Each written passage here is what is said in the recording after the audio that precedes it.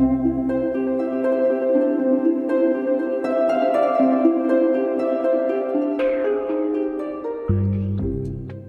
friends, and welcome to episode 490 of the Juicebox Podcast. Today, a returning guest, Julia. Julia and I always have big plans about talking about a certain subject, and we have these lovely conversations, and I don't know if we ever get to the subject or not, but Julia's got type 1 diabetes forever. She's actually got a long list of what they might call the bona fides. You'll hear it in a second. And anyway, she's cool, and this is a great conversation. I probably should have said, Julia's back. I like Julia. We have a great time talking. Here it is. That is what I should have said. There's too much talking in the beginning. All right.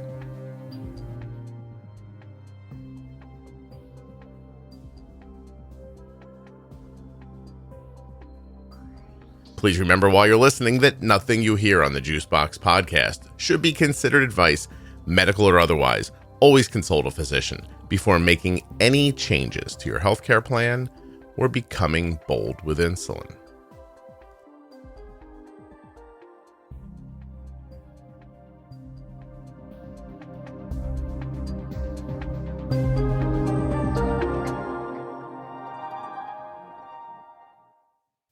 This episode of the Juicebox Podcast is sponsored by Omnipod, makers of the Omnipod tubeless insulin pump. It is also sponsored by Touched by Type 1. Check out Touched by Type 1 at touchedbytype1.org or on Facebook and Instagram. And while we're at it, I'd like to remind you about the Contour Next One blood glucose meter. It is my favorite meter, the bestest one I've ever held and used. It is super accurate. You'll love it. contournext.com/juicebox. I am a diabetes care and education specialist, registered nurse, and I have my Doctor of Philosophy or PhD in nursing science. All right. And you've had type 1 for how long? And I've lived with type 1 actually for 21 years. I just reached my anniversary last week. Well, first of all, congratulations. And secondly, you confuse me because you look younger than you are, even though you're not old. Yeah, I mean, everyone's always said I've looked younger than I am, so my mom has good genes, You're in your early 30s, right? No, I'm not. Wait a minute. I'm not. How old are you? I'm in my late 20s. Oh, I like how you made that distinction, like it was a big deal. Scott, I feel like I'm getting old, so. Scott, I'm not 31. I'm 29. It's a huge difference when you really think about it. I'm actually 28, so. Okay, so, well, then that begs the question, how are you so accomplished at 28? Yeah, so I think a lot of it goes back to my personal story and my own experiences living with type 1 diabetes. And when I was diagnosed, we didn't know anyone with diabetes. And, at the time, there wasn't a lot of social support on the internet because it wasn't really a thing yet. I don't even think Google existed when I was diagnosed.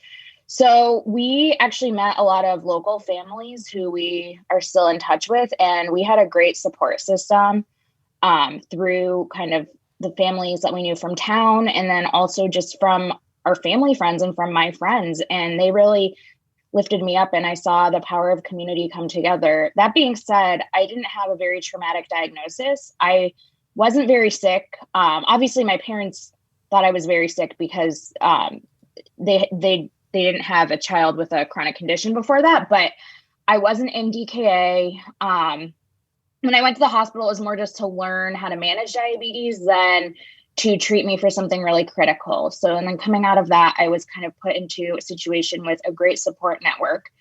And then from there, my parents were really supportive in a way that worked. They really encouraged independence, but they weren't pushy about it. And I think I kind of just took everything on myself as I was ready. Mm-hmm. Don't feel like your child has to do this. I think that part of that is innately who I am.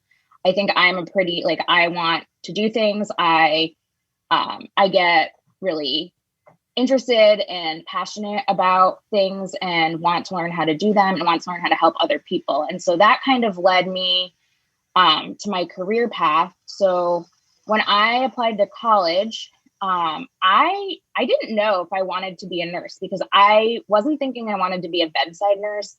I really wanted to be a diabetes care and education specialist, like the nurse practitioner that took great care of me and really empowered me to not let diabetes get in my way and to really live a normal childhood that my mom and dad provided me. Right. So when I applied to college, I knew I wanted to go into healthcare, but I wasn't so sure I wanted to go into nursing at first because I knew I didn't want to be a typical bedside nurse. And I knew I'd have to go through all of that training. And then I knew that the path to becoming a diabetes care and education specialist wasn't going to be really direct. Like I knew I may have to take on other jobs in order to get there. You know, it turns out, sorry. No, let me say that I think it's interesting that how we sort of sometimes judge people, right? Like this idea of like, this one's not trying hard enough, or that one doesn't want it enough. Instead of just saying some people just aren't wired that way, right? Like as you're talking, you wouldn't even know this about maybe you'd know it about yourself, but I don't think you'd recognize it as you heard yourself explaining your life. But you're obviously going to just be kind of balls to the wall no matter what you do. And that you were, kind of lit up by somebody who helped you at one point and made a decision to go in that direction to help other people. That's amazing. But what I'm saying is I think that if you would have been 12 years old and gone to the library and been like, this is the most magical place, you'd be the most accomplished librarian in your town right now. Do you know what I mean? Like you have that thing. And while that's laudable and amazing and the world needs you, I think that if your kid is somebody who gets up in the morning, is like, I want to draw pictures and walk around outside and look at the sky, you can't look at them and say, oh, I wish they were more like this person. I think they're just who they are. And the reason I bring that up is because I think that translates into how people manage their type 1.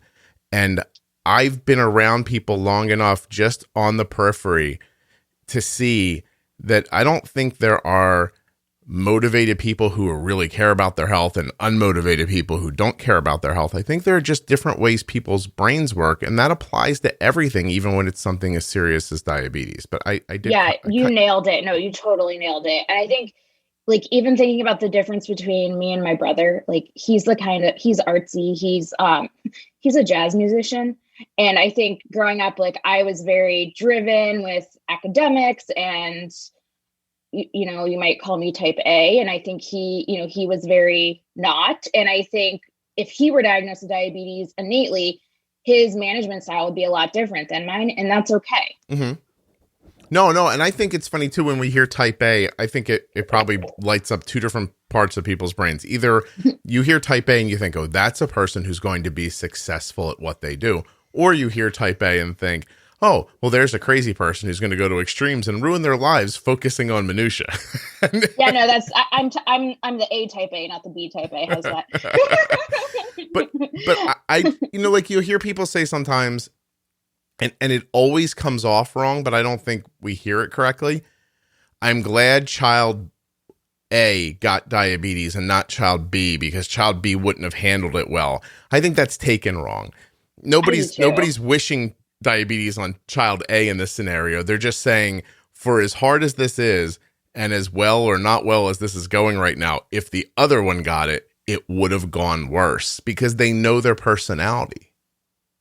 Yeah, but I think if you look at it from a different angle, it could have gone differently, right? So someone like my brother, he's not super type A, so maybe it wouldn't have impacted his life in the same way it impacts me, but maybe he would have found other ways to manage. Like, he uses music as an avenue to kind of keep himself mentally healthy. Yeah. And so I just think everyone's different, but I'm glad you brought this up, because my first summer working as a nurse at diabetes camp was when I realized that not everyone had the same diabetes experience as me. And my eyes were really open to see that everyone had a different self-management style and different support resources. And that's actually what drove me to apply to do my PhD, was when I saw all those differences and I saw that my experience was so different, and that I realized that I wanted to dedicate my life to this and learn about how to help other people who had greater barriers than me. And I have to tell you that I'm very focused on this too, sort of behind the scenes, because, and he doesn't come up very frequently on the show, but my friend Mike has passed now, and he was diagnosed with type 1 when we were like 19 or 18, somewhere in there. And he was just a voracious, passionate reader. He liked photography, art, you know, he wanted to see cinema. He didn't care about making a lot of money. He wasn't looking to dominate a business. He wasn't trying to be a millionaire. He wanted to get up in the morning, enjoy other people's artistic endeavors, and you know, try to add to them himself. But mainly he was happy to take in other stuff, because he wasn't a voracious reader like, today I'm going to learn about how, you know, a fulcrum works. He wasn't going to read a 300-page book on, you know, engineering. He was reading for pleasure. He was reading for escape, you know, and this was him well before diabetes. He was always a kid talking about comic books back when nobody talked about comic books. And he was just a good guy. He was bright and he was articulate and caring. And when he got diabetes, it wasn't something that he was going to be able to pick apart on the level that I picked it apart, for example. But it doesn't mean that he should have had to pass before he was 50. You know, and I understand that when Mike was diagnosed, it was, you know, regular and MPH and you know, he didn't have a meter and nothing was the same as it is now. But still, I don't know that physicians don't sometimes look at people and go, oh, well, they're just not going to do as good of a job. And I guess that's what that is. And I don't think that has to be the case necessarily. Yeah. I mean, I don't try. What I do actually is I don't really look at someone's going to do worse than someone else. Like, I really try my very best to make sure that everyone has adequate resources and they're given a chance. And I think a lot of times you kind of have to meet people where they are, which may be at a different place. And you really have to consider their life and their factors and figure out how to best support them. And I think not everyone gets that. No, I agree with you. It's an overused phrase, meet someone where they are, but its intention is, you know, is just as good as saying, you know, I hate it when people say, I think outside of the box. I'm like, if you did, you wouldn't say that, but I hear what you're getting at. But I mean, I don't know how else to describe it. No, I agree with you. Yeah. Like, meeting someone where they are just means, you know, you don't approach a 5-year-old and try to explain calculus to them. You start with what they can take in.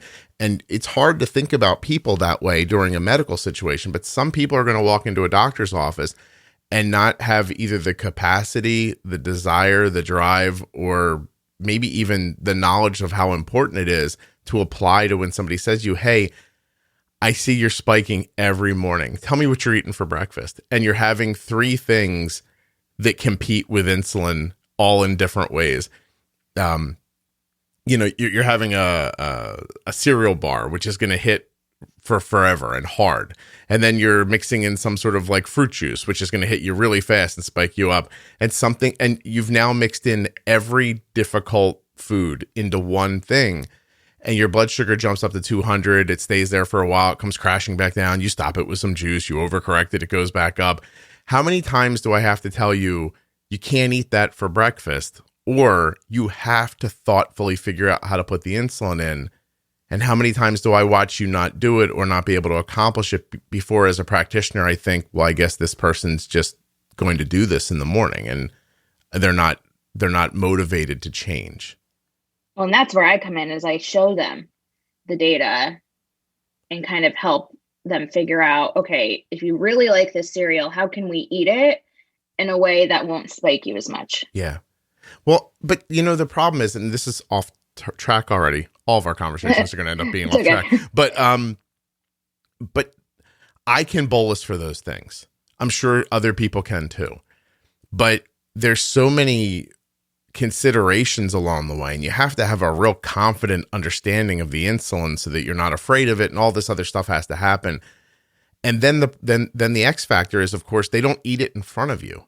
So they're doing things that are impacting the outcome that they don't know are impacting the outcome that you can't see because you're not with them. Yeah. Yeah. It's tricky. And I think with a lot of providers, like if you don't have time to actually help the person with diabetes think about all of the factors, it's really hard for them to then understand how to make changes. I've helped 2 separate people in the last 10 days. One of them listened. Wow. And one of them is listening sort of. And you can see it on their graphs. And I don't know how to tell the second person, if you would just stop thinking for 5 minutes and just listen, this would be okay. You'd see it be okay, and then you'd learn how to mimic it. But they fight against it. It's and I don't mean fight in like a adversarial way. I mean that I think they're doing something they don't realize they're doing that's having a big impact, and because I can't be with them, I don't know how to stop them. Long enough. You know how like sometimes when like a kid freaks out, sometimes you have to just go like, all right, everybody stop. We're going to start over again. I feel like people's management is like that sometimes. It's like a kid that's out of control. I was going to say tantruming, but I don't mean it like that. I mean, just like there's craziness and yelling and arms flailing and sometimes you just got to stop. You got to stop and start over and try to see the bigger picture. I don't know. Well, all right, Julia, I don't know how that happened. I got interested in something that you said, and then I was like, oh, well, that's got nothing to do why she's on, but that's interesting. We're going to talk about 2 simple things today, I think, that are very difficult, but simple questions. And they're questions from the Facebook group, the private Facebook group. First one is, how do I manage a kid with type 1 so they don't also suffer from depression, anxiety, eating disorders, stuff like that? And what do I do if these things happen anyway? So how do you talk to people about those issues? And can they be avoided? Yeah, so this is definitely a long conversation. It's not going to be a boom, boom, boom answer. Go ahead.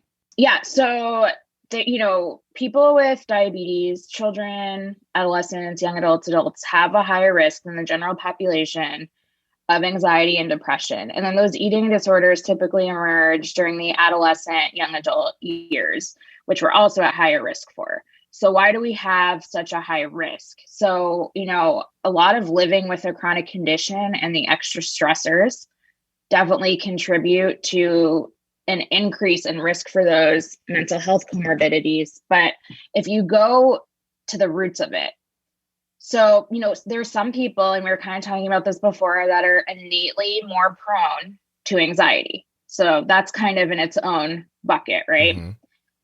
And so, example, like I'm innately more prone to anxiety. Like I have anxiety at baseline. That being said, the anxiety I have isn't particularly related to diabetes. It's related to other things. So somehow it doesn't relate to diabetes for me. But I have anxiety, right? Isn't that crazy? Is it a driver in your type A personality? Yeah, I'm innately more prone to that anxiety. And I think, so what I was about to go into though, is I think a lot of it has to do with your diagnosis story, right? So I didn't have a traumatic experience. And then I was surrounded by a great level of support and encouragement and people that lifted me up and helped me feel normal and gave me a sense of normalcy. And my providers increased my self-efficacy and self-management skills and confidence. And all of those factors are protective against anxiety and depression related to diabetes in a young child, right? So I had resources, I had support. At the time, my family functioning was high and we were banded together. Changed later down the road, but right. Family functioning in itself contributes to the risk of anxiety and depression in kids with diabetes. And I really just had that stable support system, and I didn't have a traumatic diagnosis. Now, had I had a traumatic diagnosis, the best thing would have been to go right to get psychological help. And I think a lot of the pediatric diabetes clinics, as part of their standard care, do have the family meet with a pediatric psychologist at diagnosis. And I think that's good practice because, like a kid adjusting to a new diagnosis and changing what's normal can induce a lot of anxiety. So I think that's something that everyone should do if you have the chance to do it. Now, that being said, I think anything that's new and different can definitely lead to those feelings of anxiety and depression, right? But depression, I think, comes more from the burden and the burnout related to diabetes. Sometimes it'll happen at diagnosis, but that's usually more for like young adults and adults. It could happen with kids too, but I think with kids, we see more of the depression happening in like the adolescent, young adult years related to just the burden of diabetes and being different and having to deal with this and having those blood sugar swings that can also contribute to feelings of depression. So I think that answered part of it. I have a Did question. I give you enough factors? Well, no, I want to ask a question. So Yes. do you see outcomes driving burnout? Like, do people who have amazing, or are there two different ways to burn out, I guess is my question. So let's say that like someone has the outcome they want more often than not, right? Whatever it is they're aiming for. And does that person get tired of diabetes less than a person who has crazy variability that feels uncontrollable and everything feels like it's not within their power to affect? So person B is going to be more prone to getting burnt out, but person A can definitely get burnt out too. So but in a different way, right? In a focused way. Yeah. Yeah. So like if you don't know how to manage your diabetes and you don't have resources and you feel like everything's out of your control, that out of control feeling is going to lead to burnout. Mhm. But then sometimes you can get, tired and just emotionally at your capacity when you are really intensively doing something like the other type of person that you described. So it can go either way, but definitely the person that doesn't have the tools or understanding will probably have a greater chance. I just wrote a note for myself because I just found myself thinking that I want to talk to Jenny too about what it feels like for her when she burns out, because if she does, because she appears to be the kind of person who's just got a good disposition. I don't even know how I mean that exactly, but I don't think Jenny gets down for long, but I'm wondering if I'm wrong. And now I want to find out, because if she experiences it, then everybody's going to, because she is amazing at her outcomes. She's not burdened by her meal choices. Like, she's not getting up every day going, I can't believe I have to eat this. Like, she's happy the way she eats. And she understands how to use her insulin. So you've listened to the podcast for a while. Yeah. I believe that if you understand how to use insulin, you'll have more frequent, stable outcomes, and that'll make things easier for you. I wonder if I don't not think about it as burnout because I don't have diabetes. I think about it as aggravation. So if you're someone like me or Jenny, I'm going to group myself with Jenny because I find that I'm exactly what you just described. Like, I'm happy with what I eat. There are times when I get frustrated, like if my blood sugar is higher than usual and won't come down. Like, yeah, that's frustrating. Yeah. But for the most part, knock on wood, I've never gone through a period of burnout with diabetes. And I think a lot of it is because I do understand, and I'm not hard on myself. Like, even though we talked about how I'm type A, but I'm not hard on myself with diabetes because you can control what you can control, and you do your best, and you understand what you understand, and you try to minimize the fluctuations and patterns, and that's your best. And so to me, I don't get frustrated when things go slightly wrong, because they're going to go slightly wrong sometimes, right? If I have a bad site, for example, or if I miscount carbs, and that to me, that is what it is. Yeah. We're not perfect. But I do think, so the people that seem to get burnt out are also people that I find a lot of times they're putting in way more effort than they have to be because something else can be changed. Okay. Okay. So they're working hard. It's like they're beating their head against the wall. They're trying the wrong things, and they don't realize that they think they're the right. Yeah. So that's my other thing. But you were talking about like getting frustrated about at a high blood sugar. And even that can be dependent on your level of, I think, knowledge and skill around using insulin. Because if a blood sugar appears to just magically get high, that's one frustration, right? That's a frustration that there's magic happening that I'm unaware of and don't know how to control, and it's causing this blood sugar. Now, no, I don't believe in magic. Right. I don't either. But I think that's how people feel about it. It's the diabetes fairy has decided your blood sugar is going to be high, right? But instead, that's not why. Like listen, I'll say it here and I mean it, and I'll defend it anywhere. If your blood sugar is too high or too low, you're using insulin wrong. That's it. Yep. And so there's no more or less to it than that. How to use it correctly, there's a lot to, but at its core. Yeah. Go ahead. I think what I was trying to get at is, even like someone like me, and I bet Jenny will admit to this too, like I'm not 100% in range with a flat line all the time. I'm close, but I'm not, I have, like, there are things that I do that I want to do that'll vary my blood sugar a little bit sometimes. And I don't get frustrated with it because it is what it is. Does that make sense? Oh no, it does immediately, 100%. And I agree with you. I know there are people who feel like that they want to keep their blood sugar at 83 for their whole life. And there are ways to eat that keep it that way. Like you can, I'm not that person, right. Like I understand the science behind it. There might be people that listen to this that have a different viewpoint, and I understand that. But from my standpoint, there's no point in me trying to lower my A1C. Like I'm already at a level where I feel is low enough. And that I don't put in a huge amount of effort to get here. And so I'm like, why would I put in more effort to get lower when the data is showing that I'm not varying. Mm-hmm. And my risk of complications with this A1C is A1C, and really time and range, right? And my variability is quite minimized. So why would I try to make it flatter than this? Like, that's kind of how I feel. Oh yeah. I'll give you an example. I just have to open up this app. So Arden's blood sugar right now is 120. It's been addressed. Okay. Like I've addressed a 120 with the same, veracity that somebody might address a 300. I'm like, I'm going to make that 85 again. But looking at I have Arden's last 7 days here. Estimated A1C 5.4, standard deviation 30, coefficient of variance 28, and an average blood sugar of 107. Arden's A1C has been in the mid fives for years. It's been between 5.2 and 6.2 for like 7 years now. And right now she's in class, she's in her bedroom in front of a laptop, but still she's in class, and something clearly happened that made her blood sugar go up a little bit.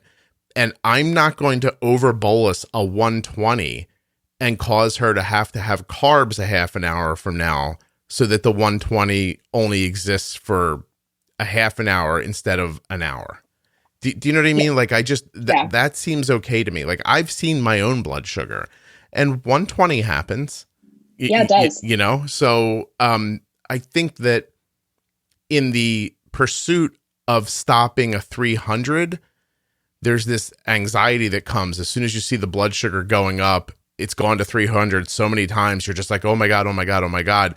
If it ever goes up, it's definitely going to go to 300, but we don't live in that space. Arden's insulin is set up in such a specific way that it's nearly impossible for her blood sugar to go to 300 unless something radical happens, like her pump gets knocked off or like something like that. Yeah, but you know what? I've even noticed when my site gets, like, when I have a bad Julie, I can't hear you. Uh-oh. Can you hear me now? Try again. You even notice when your site... Can you hear me now? No, you're really low. Hold on. That could be me. It is me. It's not you.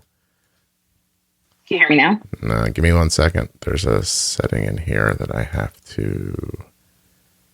Why does it want to do that? That is unpleasant.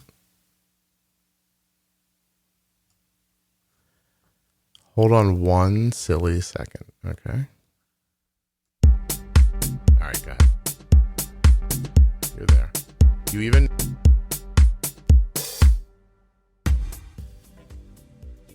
Hey, check out touchedbytype1.org. They're a great organization doing absolutely astonishing things for people living with type 1 diabetes. They're at touchedbytype1.org. You can also find them on Instagram and Facebook.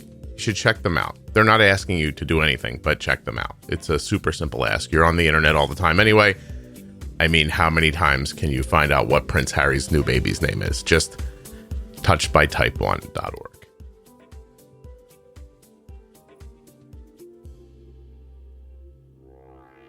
Now, when you're done with that, we're going to head over to the Omnipod website. It's at omnipod.com/juicebox.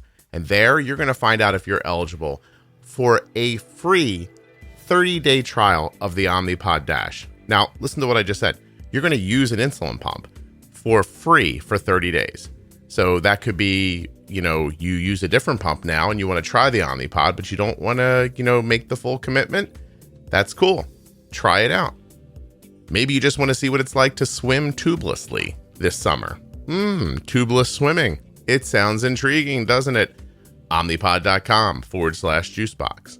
Maybe you're using the needles, the injections, the pens, and you think to yourself, I hear about these extended boluses, and I would really like to have more control over my basal insulin. Omnipod.com/juicebox. It's a tubeless insulin pump. Are you kidding me? You got to go check it out right now. I mean, there's no tubing, no infusion set that runs to a tube that runs to a controller. That's right, Scott. That doesn't exist with the Omnipod. Now, last thing, and this is important. The Contour Next One blood glucose meter. You can look at that with your eyes on the internet at contournext.com/juicebox. Why would you do that when you probably already have a blood glucose meter? Well, I have some pretty clear thoughts on that, and I'm going to share them with you right now. The Contour Next One blood glucose meter is the most accurate meter my daughter has ever used. That is first, foremost, simple. It's easy and obvious to understand. You probably don't even need to listen anymore. You just head to contournext.com/juicebox right now. But if you want to know more, bright light for nighttime viewing, easy to read screen for the number thing. Like, right? You look at the beep beep and then the number comes up. You want to be able to read it. You can. It's simple to hold and easy to use. It's intuitive designed. You know what I mean? There's an intuitive design to it. It's not clunky or weird or like a big teardrop or something. It fits nicely in your hand in the orientation that you use when you're testing. I know that might sound like way too deep dive on a blood glucose meter, but it's not. You grab it in your hand. It's kind of like a pencil thing. Boom, you'll see it. contournext.com/juicebox.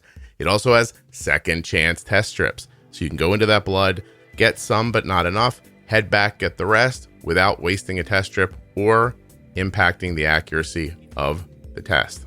It's a big deal. contournext.com/juicebox. Best meter I've ever used. Why are you walking around with that junky meter in your pocket, in your pocketbook, in your bag? Did you even ask for it, or did the doctor just give it to you? Did someone hand you a meter and tell you that was a meter? Did you even look into it? contournext.com/juicebox. Omnipod.com/juicebox. Touched by type1.org. Back to Julia. All right, go ahead. Testing. You're there. You even notice when your site.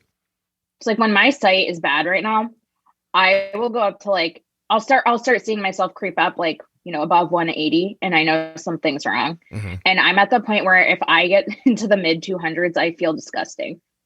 Like disgusting. Yeah. From a bad site. Like, and it ruins my day. Right. So that is the point of burnout for me. Like I had a period a few weeks ago where I had a bad box of infusion sets, and it was kind of dramatic because, I train on all of the pumps and everything, and I have resources, and I tried a couple different boxes, and that was a little frustrating. But even that, like, I more felt frustrated because I didn't feel well, opposed to feeling super burnt out. Well, that is something I didn't bring up that I meant to a little while ago, because you alluded to it. When your blood sugar goes up and you're aggravated, you do have to see if you're an aggravated caregiver or an aggravated person with type 1 diabetes. You both have different stressors. An aggravated caregiver is worried they're hurting the person they're caring for.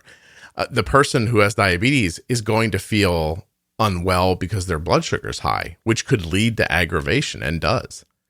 Yeah. And I think it's so important for caregivers. And I mean, I'm not a caregiver, right? So this is just speaking as someone with diabetes who works with caregivers and people with diabetes. But I think my mom is not an angry person and was always supportive and compassionate when my blood sugars were going up and down throughout the years. When we had the type of pump that didn't even have self-adhesive on the infusion site or a bullets calculator, but that's a different story.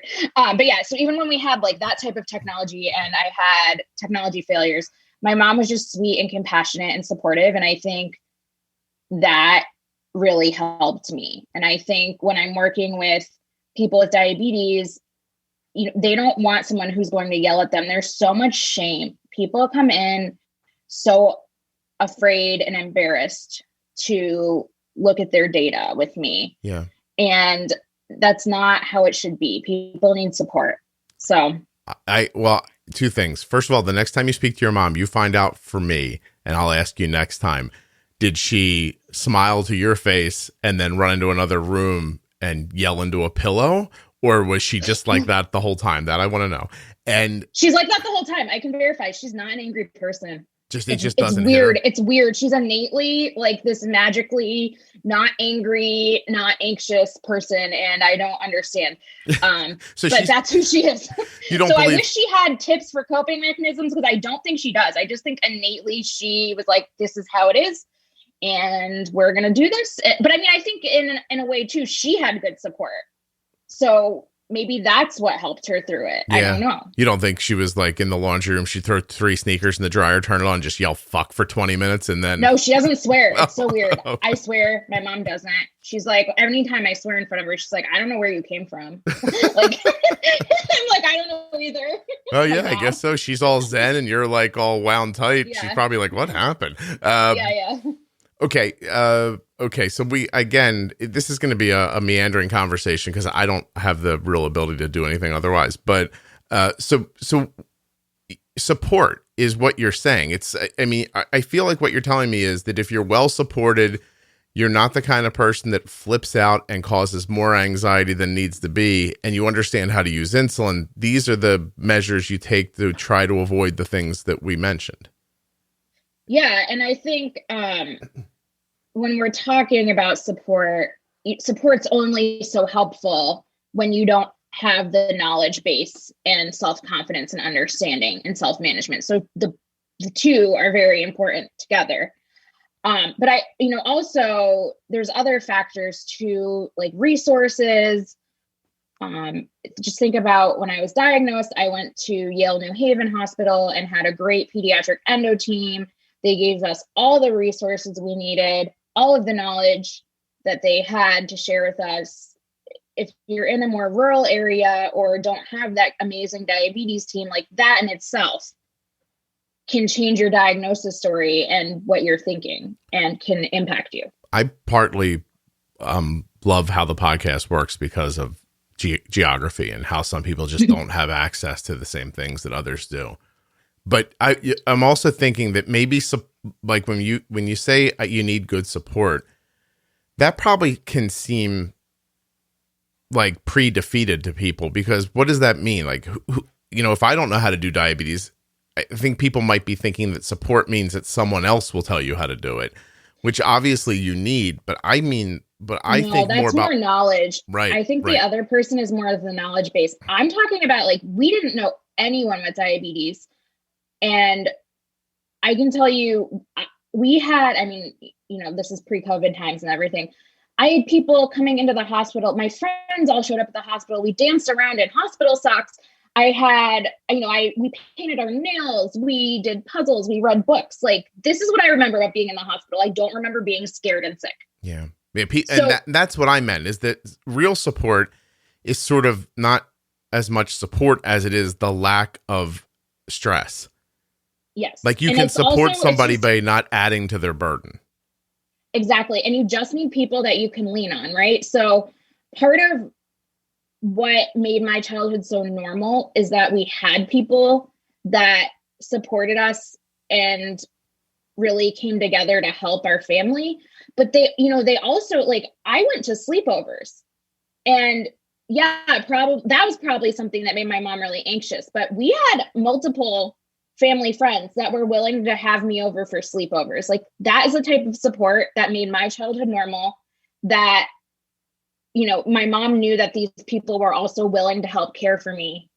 And they just did what my mom said, right? So they didn't necessarily have the knowledge. It wasn't necessarily knowledge. It was just having that community support people to lean on, people to help us make the situation normal. Yeah.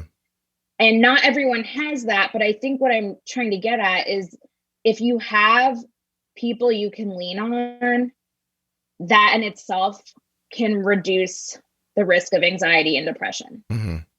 Now, Kelly's sister would have Arden overnight, and she really just didn't know what she was doing, really, but she just took good direction. She's like, so I'll test her here. She was willing to be up at 3:00 in the morning to double check things. Like she was willing to create a place for Arden to feel like not accepted, but not excluded, I think is the idea. Yeah. Right? Because she was obviously accepted there.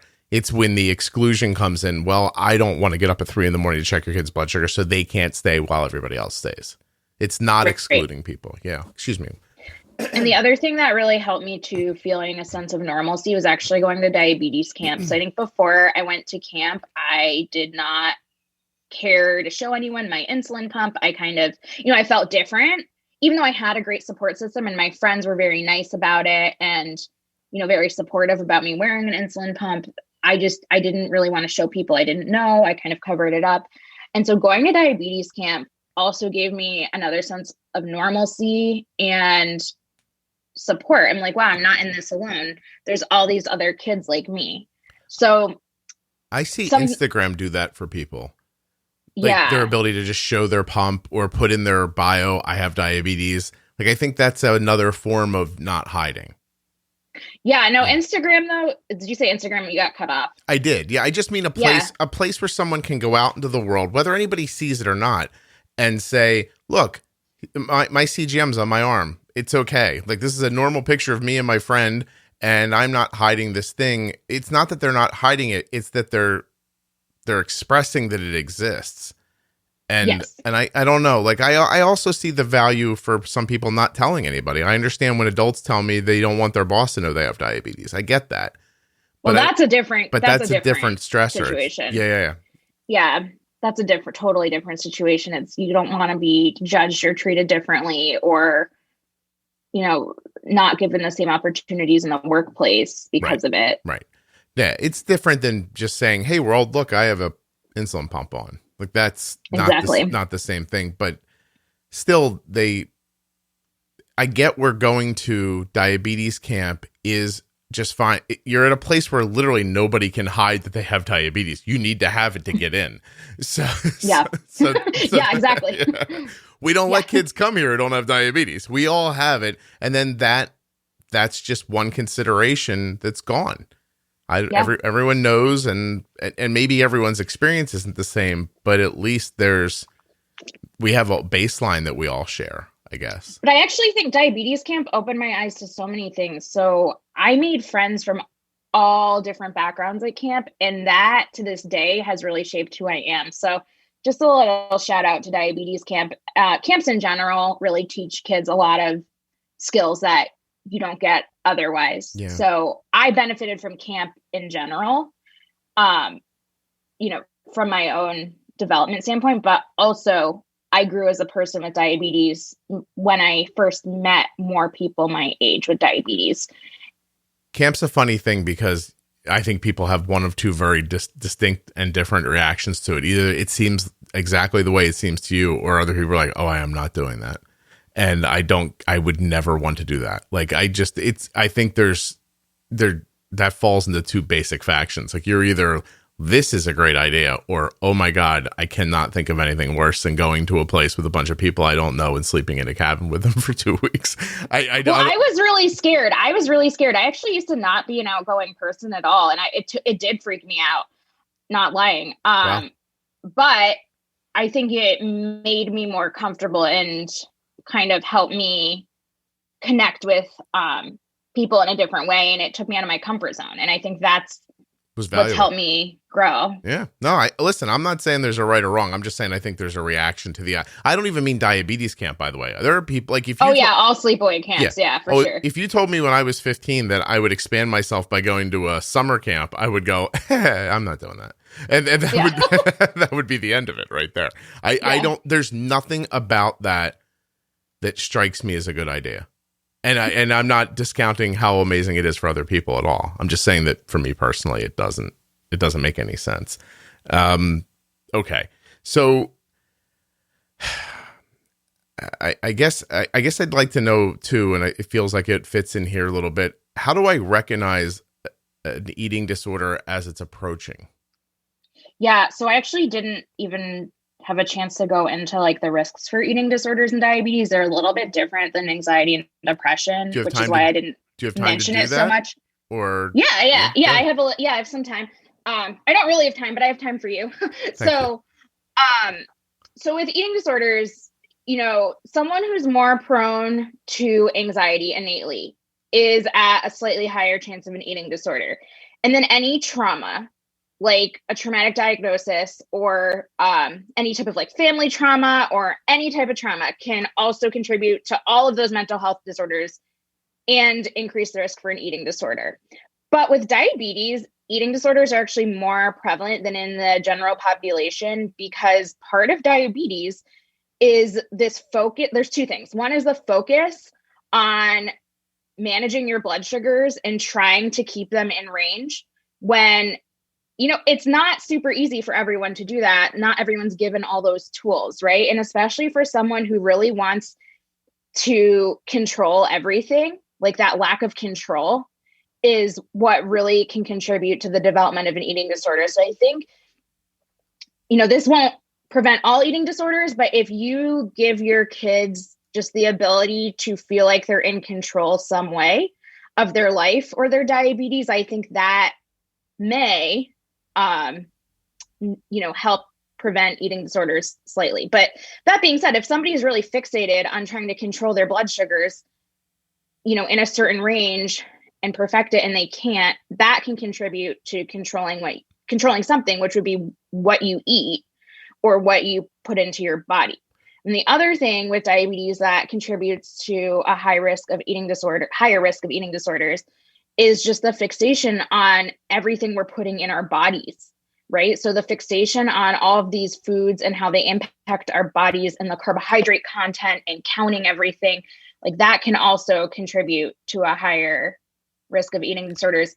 And I left out too, just the feelings that you're not normal and discomfort with your own body because of diabetes is also something that contributes. So there's all those factors, in addition to all of the other psychological barriers and factors that can increase the risk of psychological distress and mental health diagnoses in people with diabetes. So with eating disorders, that's kind of what contributes to them. But the signs in diabetes, are unique because we have more data to look at. So in particular, one of the biggest telltale signs is frequent DKA episodes, consistent high blood sugars, omission or not giving insulin, particularly at meals, eating carbs uncovered. Some teens are going to eat carbs uncovered, but it's more of like a behavior where you physically can't get yourself to give insulin to cover the carbs because you are trying to keep your blood sugars higher. So some of those are kind of more in line with diabulimia, but there are people with type 1 that also have anorexia. And so with that, you might see more low blood sugars, and those lows might not come up the same way that they would in somebody with glycogen stores. So anorexia, not to like freak anyone out, but anorexia can be very dangerous too with diabetes in addition to diabulimia. And I think we focus more on diabulimia, but anorexia is out there too. And the lows. Are you saying because with the lack of any kind of food in your body or the regurgitation of the food, your body doesn't have the ability to store glycogen either? So when you get low, your liver can't even help stabilize your blood sugar? Is that what you were saying? Yeah. Oh, that's frightening. It's frightening. Yeah. So PSA, if you know anyone who has diabetes and anorexia, if they do go very low, glucagon may not work.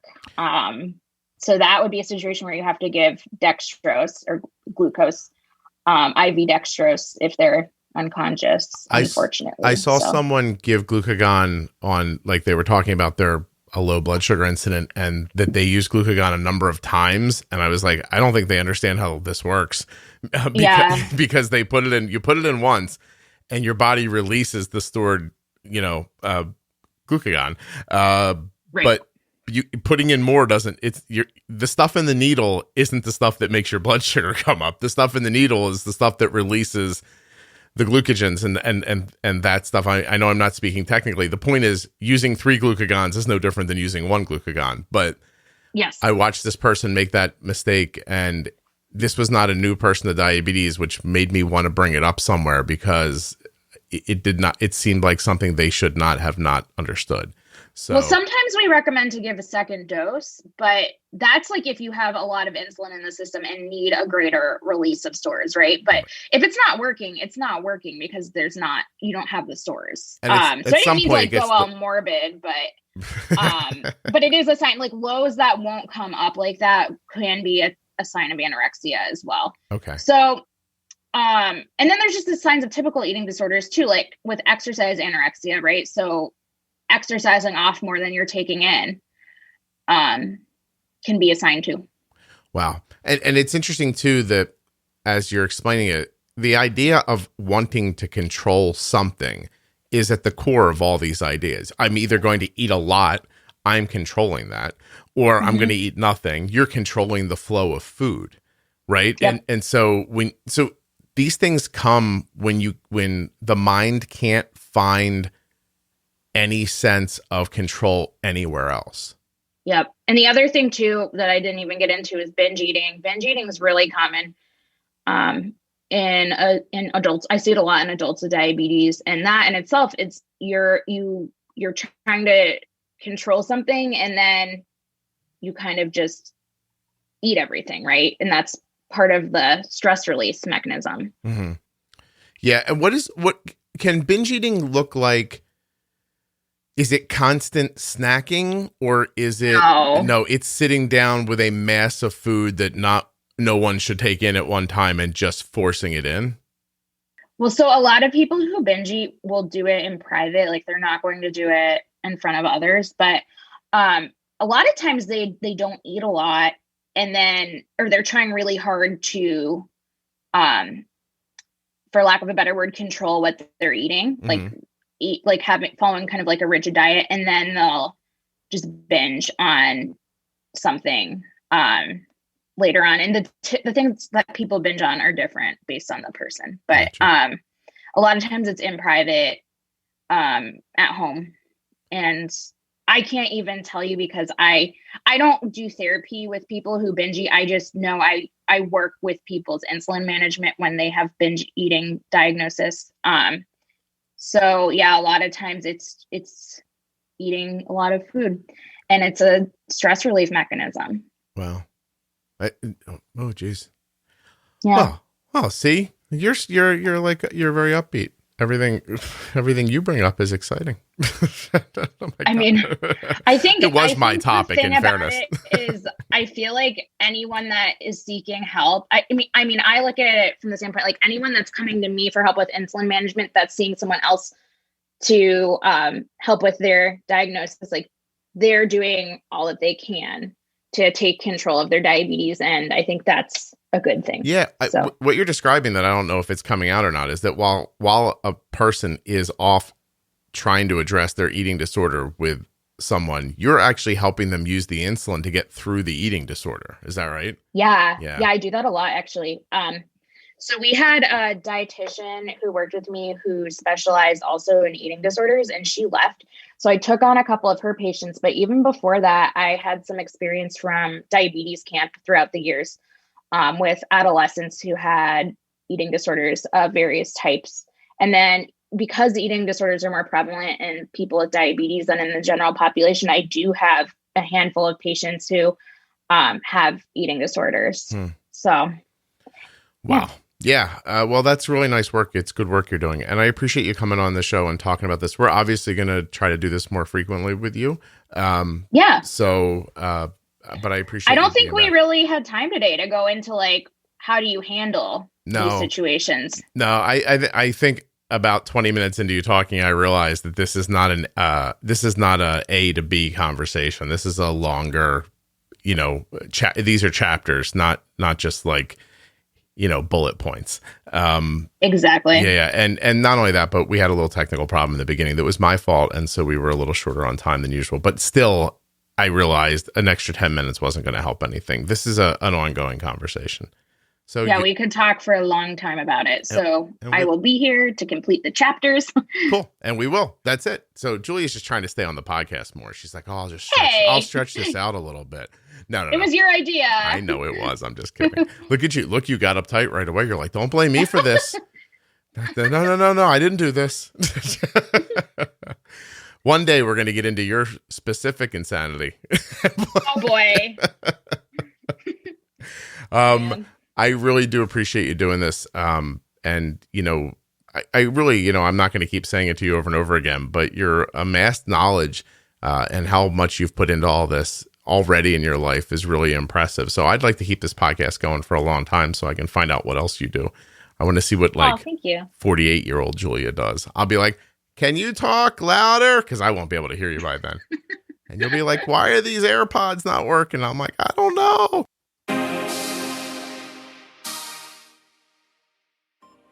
Huge thanks to Julia for coming back on the show. Thanks to Omnipod for sponsoring. Thanks to the Contour Next One blood glucose meter for sponsoring. And thanks to Touched by Type 1. Now you can check out Touched by Type 1 on Facebook or Instagram. And of course at touchedbytype1.org. Check to see if you're eligible for the free 30-day trial of the Omnipod Dash at omnipod.com/juicebox. And get yourself more information about the Contour Next One blood glucose meter, or get started today at contournext.com/juicebox. You may be eligible for a free meter.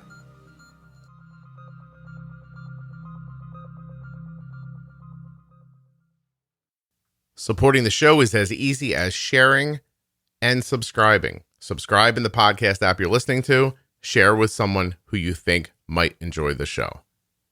You support the show, I'll do the rest.